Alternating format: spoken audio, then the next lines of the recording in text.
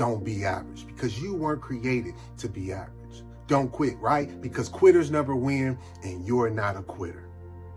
Taking control of your life. That's right. Getting in the driver's seat, navigating your life down the best path possible so you can see the success that you desire. And breaking up with excuses. That's right. No more excuses. We don't need excuses in this life, because those excuses are more than likely holding us back from being successful.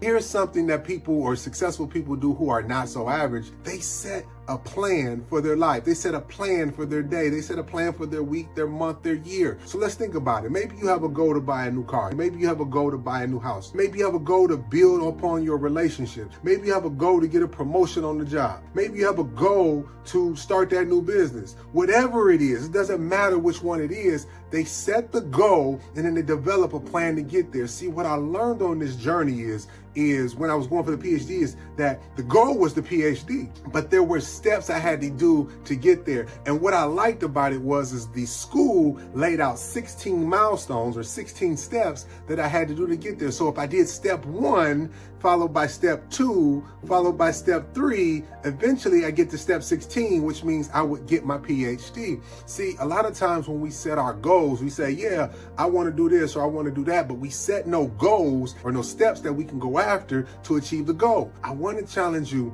to look at life this way, or look at your goals this way. What is the plan of attack? How are we going to get there? And once you lay that out, matter of fact, get a pen, write the goal down. And once you write the goal down, write the steps that you're going to do to get there. All right, so now you got your steps. Now, once you got the steps, I want you to understand something. When I was on the PhD journey, I started going towards that. Now, I failed the second grade because I struggled with reading and writing. So in the PhD, there's a lot of reading and writing. And what I found is I was not at the level that I should be in. So while the school gave me 16 steps or milestones, I had to add a few sub-steps or sub-milestones in there to help me stay the course. See, the way our mind is designed, we see goal and we want results, right? We like, that's the goal I want, and I want to get there. We don't think about the steps in between. And when you're on that journey, sometimes you can lay out the steps. When you get on the path, it doesn't look exactly the way you thought it should look. You may have to add a few steps or sub-steps, right? So I had to add a writing coach to help me go to the next level. So you might need to add something in there to help you go to the next level. Maybe it's not a writing coach, but maybe it's a coach, or maybe it's a mentor, maybe it's an accountability partner, somebody that will hold you accountable to the goal that you set, to the plan that you set, so you can execute and get there. Understand that the steps will develop you. Like, fall in love with the journey, because that's the development of you achieving the goal. Now, as you're on that journey, I'm gonna tell you something, man. It's gonna get hard. It's gonna get tough. You're gonna feel alone. You're gonna lose some friends, some family, some co-workers. Like, you're gonna lose people, not in the sense of death, but you're gonna lose them in the sense that they're not on the journey with you. And that's okay. That's a part of being successful. The more successful you come, you will have to separate yourself from some old things. Separation creates elevation, so don't be afraid to separate if you're really looking to elevate. Don't quit, because you're not a quitter. I'm not a quitter. We're not quitters, because I'm in this with you. And quitters never win. So if we plan to win, that means what? We can't quit. And then here's the thing. You're going to start to see the light at the end of the tunnel. Like, is that your dream? Is that your goal? Right. Once you start to see your dreams and goals coming true, don't slow up. Don't release. Apply more pressure. Put more gas to that thing. Go a little harder. Put yourself in a position to where you make sure you achieve the dreams and the goals that you set out for yourself. But here's something else I want you to think about when I talk about don't quit. When we talk about don't quit, we're talking about how you have to stay consistent and be committed. There were days where I was consistent in chasing my dreams and goals, but I wasn't so committed. But it was the consistency of getting up every day. Man, I got to get up and go to this gym. Man, I got to get up every day and I got to go study. Right? I was consistent, and it created a commitment within me. And then there were times where I was so committed that even when my consistency got knocked off track, right, my commitment put me right back on track. So we need both of those to keep us on the straight, to keep us going towards our dreams and our goals, to keep us working that plan, to keep us knocking those milestones down. So understand that you've got to have some consistency and you've got to have some commitment, and you've got to marry the two along this journey of going to your dreams and your goals. Because I'm gonna tell you what, there were many times that I wanted to quit. There were many times that I wanted to give up. Man, I was on the PhD journey and I said, you know what, this ain't for me. I give up. I'm gonna go back home and live good life. I got a good career. I got a master's degree. I'm cool. And what I found in that moment was I was defeated. I had given up. I was quitting on myself. I was quitting on my dream. I was quitting on my goal because it had gotten hard. I had became discouraged. But see, I called home. I spoke to my 3 children. But when I spoke to my middle child, it changed my life forever. And here's what he said to me in that moment. He said, "I'll talk to you later, future Dr. Coleman." And see, it was in that moment that I realized something. I started to cry, I had some tears in my eyes, and I realized in that moment that, hey, this guy believes in me more than I believe in myself.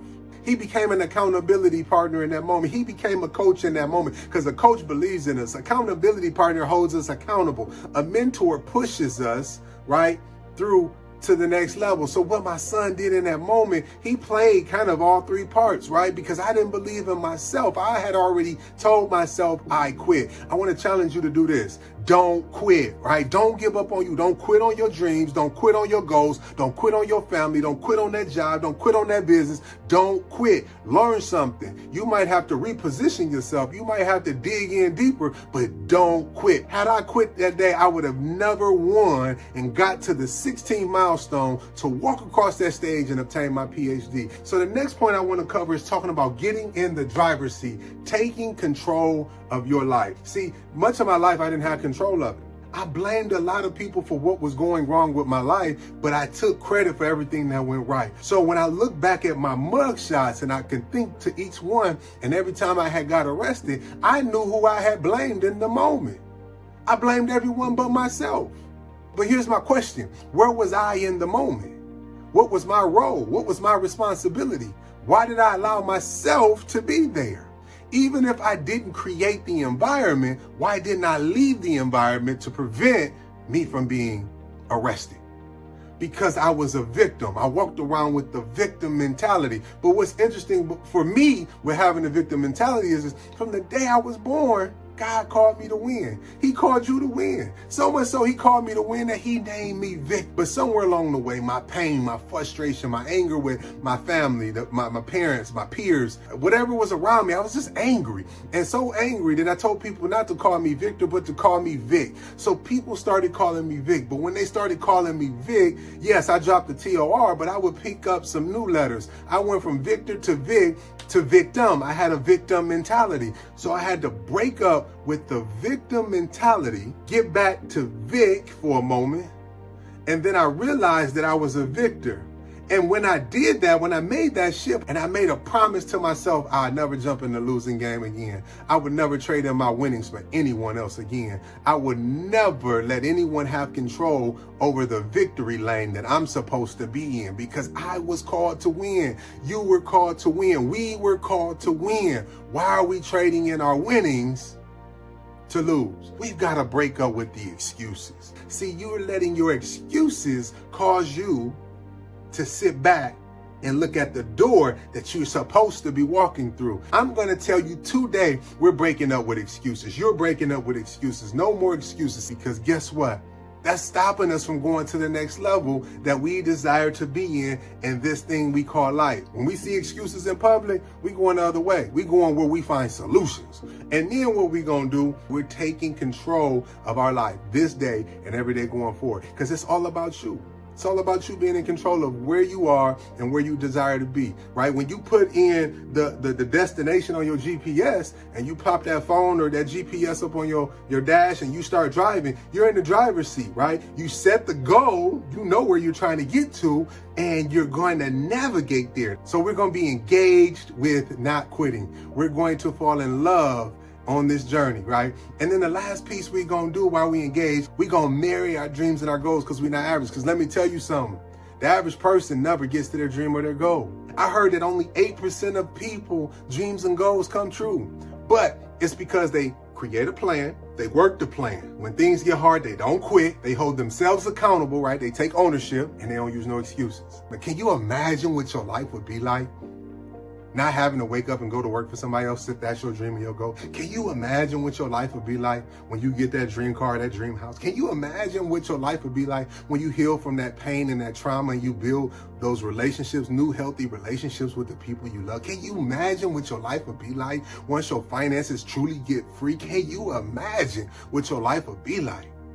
If you can't imagine it, I'm going to imagine it for you and I'm going to paint a picture. Let me tell you, it's such a peace of mind that comes over you.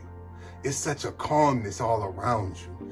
Nothing can vibrate or shake you out of where you're going. Once you take control, once you break up with excuses, once you get in your mind that I am a winner and I will never quit again. Once you marry those dreams and those goals and you see how beautiful it is to unveil it, I promise you, every day forward will be full of joy and full of peace. Not because life is perfect, but because you have found the perfect way to appreciate life.